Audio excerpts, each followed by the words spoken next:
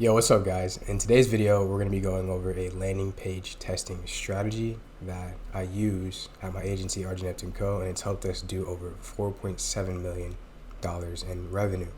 And of course, the benefit of testing these landing pages is that it could cut your CAC, your cost per acquisition, in half, and you can afford to spend more on your ads as a result. So that's why the system is so important. Right, so the system that we will be using is called the build control system. We start the system by doing customer research and getting really clear on what it is they want, and of course what it is they need and they desire. Like, why are you selling this product? What are their demographics, etc., etc. I'll do another video in the future going over my exact research process, but of course everything marketing related starts with research. Then of course what you're going to do is you're going to build out your product page, your V1 product page. So this is going to be the initial product page that you're essentially going to drive traffic to, right? And we can see that in the next step, right? So after the product page is built, we're going to go ahead and drive traffic to it. And then we're going to ask ourselves, is this product page converting on its own? If the product page isn't converting on its own, we're going to go back and we're going to optimize it. And I'll show you guys how to essentially optimize your product page in a second. But if it is converting and standing on its own, given that it may have like a higher cost per acquisition or even like a medium, like a moderate cost per acquisition, we want to go ahead and optimize our top of funnel ads. So now we have our product page in place. Now let's get really clear on optimizing the top of funnel ads, whether it's Google, whether it's Facebook, or whether it's TikTok. You want to make sure that when you're testing landing pages that you have both a winning product page and both winning optimized top of funnel ads. So that's why this process is crucial to our next steps. And of course, after we have been running the top of funnel ads for a little bit, we're going to ask ourselves, were they profitable?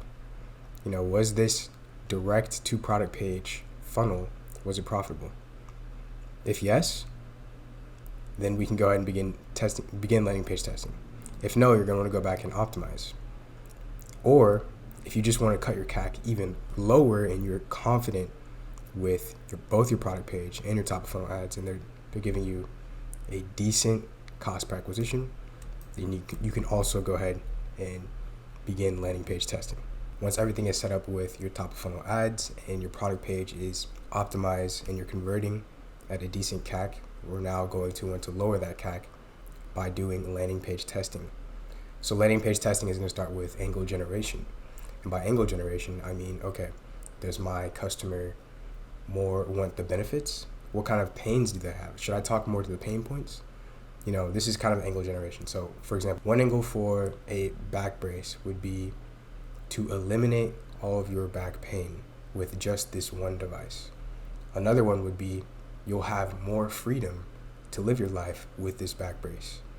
So those are two angles that you could test out. So one, talking about the pain, eliminating pain, and one talking about pleasure. So that could be two of the angles that you could test out for the landing page. Now, once we have one angle generated, we can create 3 different landing pages for it.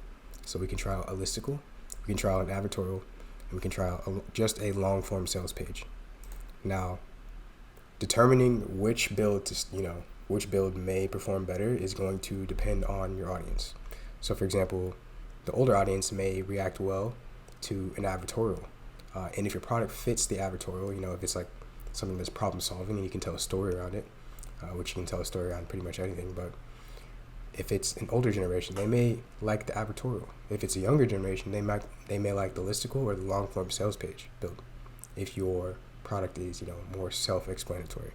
So now what you're going to do is you're going to take that angle, you're going to build out 3 of these different landing pages diversified. So you're going to build out a listicle, an advertorial, and a long form sales page. And then after that, you're going to run your winning top of funnel ads that we found over here to these new builds, right? And we're doing this because we're leveraging the scientific method. We already know that these ads convert. We already know that the product pages are optimized and that they're converting. Now we're trying to make our marketing more efficient by introducing these landing pages, right? The goal of these landing pages is to increase your AOV, increase your LTV, by telling more of a story, and decrease your cost per acquisition. Now, once everything is set to go, you can go ahead and start running ads to these landing pages, top of funnel ads, your winning top of funnel ads to these new landing pages. Let it run for about 3 to 7 days, and then you're going to ask yourself, has your CAC been lowered? Is this increasing my efficiency? Am I seeing a higher AOV from these pages? You're going to really go through and analyze what exactly is happening inside the ad account and really within your data to see what's going on with these new landing pages, right? So if your CAC has been lowered, you now have what's known as a new build control, right? So you're going to look for the lowest cost per acquisition landing page build, and that is now going to be your new build control. So for example, if we build out a listicle, an advertorial, and a long form sales page, and we see that the listicle has the lowest cost per acquisition using our winning top of funnel ads, our CAC has been lowered, so therefore it is now a new build control. And now we're going to test against this build control and start the process all over again. This is a never-ending process. And of course, this is exactly how you're going to find these new winning landing pages. The process never ends. That's the thing about marketing. And of course, once you have identified this new build control, you can go ahead and iterate to increase your efficiency and your profitability. And by iterate, I mean testing the same control, just optimizing the headline, for example, optimizing the hero image, for example, optimizing your call to action, optimizing your body copy, changing the subheadlines, ramping up the intensification of the subheadlines, changing your offer, right? So these are all different iterations you can use with the same build control that you have now found. And your goal with these iterations is to get a lower cost per acquisition and increase your efficiency for your marketing. And now I did say that I was going to show you guys how to optimize your product page. So this is exactly how you're going to achieve that. So we have here a mind map that I went ahead and laid out that we can go over. So the first kind of branch that we're going to look over is the above the fold optimization. You're going to ask yourself, is social proof immediately visible? And these are some examples of social proof that you should see as soon as the page is loaded. So you have your star rating, trusted customer review badge, X people watching widget, and then of course we're going to go into uniform product pictures. So you want to make sure that you have 1080 by 1080 uniform product pictures so that you're optimized for mobile. When I say 1080 by 1080, because you're going to fit more on the page on mobile if you use a square 1080 by 1080 picture rather than longer pictures. You can fit more above the fold, like customer reviews, for example, like social proof, like your benefit-driven, solution-aware headline that we're going to get into right now. So is this headline visible? Like, do you have a benefit-driven, solution-aware headline on your product page? Do you have a sub-headline under that solution-aware headline describing the offer? Do you have a top banner describing your biggest USP? For example, you could use free worldwide shipping or a fall sale up to 57% off. Is urgency and scarcity present on the page? For example, I see a lot of people using a low stock blinker.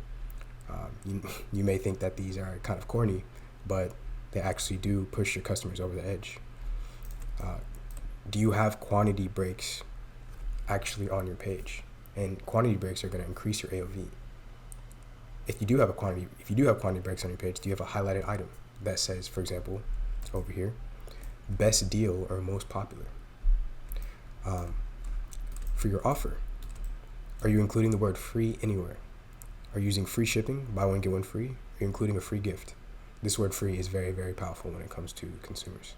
So it's best that you learn how to use it. And that's why I included it. Are you offering a bundle? Is an adjacent product included? For that bundle, is your AOV above $70? Of course, we now get into below the fold optimization. For the add to cart button, are your USPs directly present underneath it? Do you have a guarantee or a shipping USP? For example, 30-day money-back guarantee, or we ship in 2 to 3 days to the contiguous US.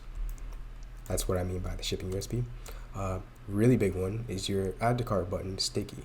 That means if you scroll below the fold, is your add to cart button sticking to the page, sticking either to the top or the bottom of the mobile phone or the desktop or the iPad or whatever device they're on, right?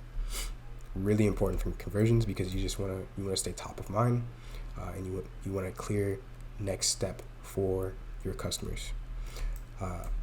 Now, below the fold, do you have 3 to 5 info benefit driven breakouts describing what your product is, how your product works, unique mechanism, an authority based section?